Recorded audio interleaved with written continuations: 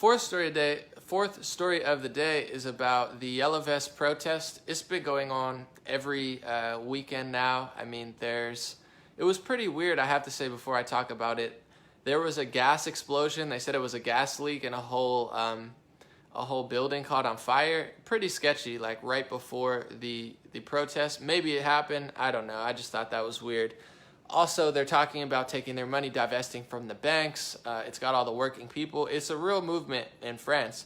The reason I'm talking about it today is because the Daily Mail reported, and people have video footage as well, officers were filmed brandishing weapons by the Arc de Triomphe. I said that probably totally wrong, in Paris. So the officers now have semi-automatic rifles to scare or intimidate the protesters. And this comes just a week after a conservative minister said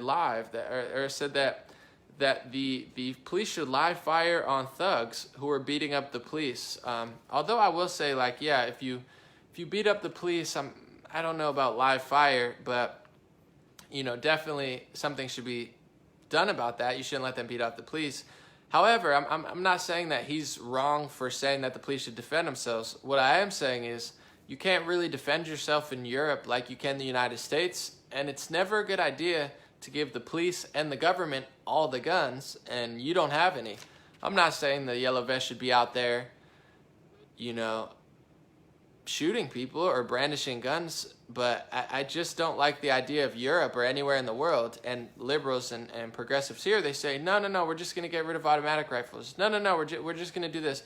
Actually, all guns, it would be good if we took them all away. But the craziest thing about that is, especially my liberal and progressive friends, a lot of them like marijuana. A lot of my conservative friends like marijuana too, but they know that the war on drugs didn't work. Like, that's just obvious. On the left, that's a big talking point, as it should be. The war on drugs was a total failure, just like the war on alcohol, the prohibition, was a total failure, because you can't get people to stop drinking alcohol that want to drink alcohol. You can't stop people from growing or smoking marijuana that want to smoke marijuana. The war on drugs has not helped at all. They've spent billions of dollars, if not trillions by now, probably billions. And we have the worst opioid, fentanyl, all sorts of creepy, crazy pharmacy drug epidemic ever. Drugs are at an all-time high, killing people, yet they're spending money and they don't know what they're doing. The war on drugs is a total failure. So knowing this, I've spoken to local police and I've just asked at a protest, how many crimes are committed with legal guns and how many crimes are committed with illegal guns? And they told me that most crimes are committed with illegal, unregistered guns. That means if you collect all the guns in America, most of the crimes aren't going to stop because they're not done with legal, registered guns. It's just the truth. So if you know the war on drugs was a total failure, why in the world do you not understand that the war on guns is going to be a total failure? Because criminals don't care about the law. If they're going to commit a crime with a gun, they're not going to check to make sure the gun's legal or not, and they're certainly not going to hand over their guns to the federal government.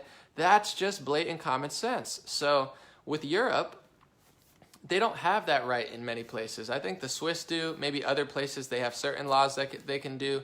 But United States has most of the guns in the world. And if you just look at history, I mean, it's just so common sense to me. Every dictator, I was looking at the heights of dictators. It was like, what's his name? Stalin was pretty small.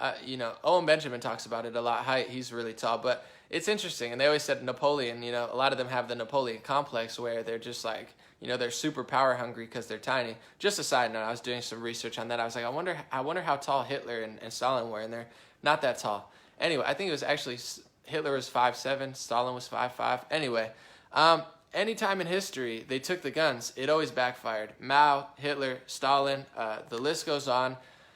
Anybody that wants to do bad things in government, they don't want their people to defend themselves. So leftist policies are high taxes, where less money in your pocket, less control of your speech, less control of protecting yourself. It's not a coincidence. It's literally not. I get that some people are useful idiots. Some people are naive. You got the protesters marching for their own rights to be taken away. But it's not a coincidence. There's a reason that they do this. And also in Europe, it's not working well now. Not only is violent crime up, not only is gun and knife violence up in places like the UK, But there's clearly a global takeover. Merkel and Macron and the EU and the UN and NATO and such, they're trying to control all of Europe now. So they're repeating history like it always does. Of course, first they disarm the people. Oh, no, it's working fine. We have healthcare, this and that. But slowly they're like, okay, you got to take in all these migrants. They're like, no, I don't want to. They're like, oh, no, you have to, because we control you now. Or we're going to try to destroy your life in the press. History repeats itself for a reason. So the fact that they're, the police are brandishing semi-automatic rifles. They're trying to shut down and say that no protests can happen in France that aren't approved by the government. It's not a protest if it's approved by the government. I mean, it's a front group if it's approved by the government. It's not a real anti-establishment protest. But don't give up your Second Amendment. This is just more reason. And anybody that says otherwise, they're probably super naive, they're probably super weak, and they're like, this could never happen in America. You'd never be able to protect yourself. Even though it's literally happened every 100 years, like from the beginning of time. It's never not happened, and every sign, every single person on the left, there's no signs of it not happening. It's like an 100% chance that that's going to happen in the future, because that whole agenda goes hand in hand and hand in hand in hand. Less freedom, less money, less control, less means to protect yourself. Government has more power. It's a formula for complete disaster. And we should learn from France and the Yellow Vest protest. The fifth story, hold on, let me just take, if you guys don't mind, I'm going to get some water. Thanks to everyone watching. When this is done, I'm going to break this in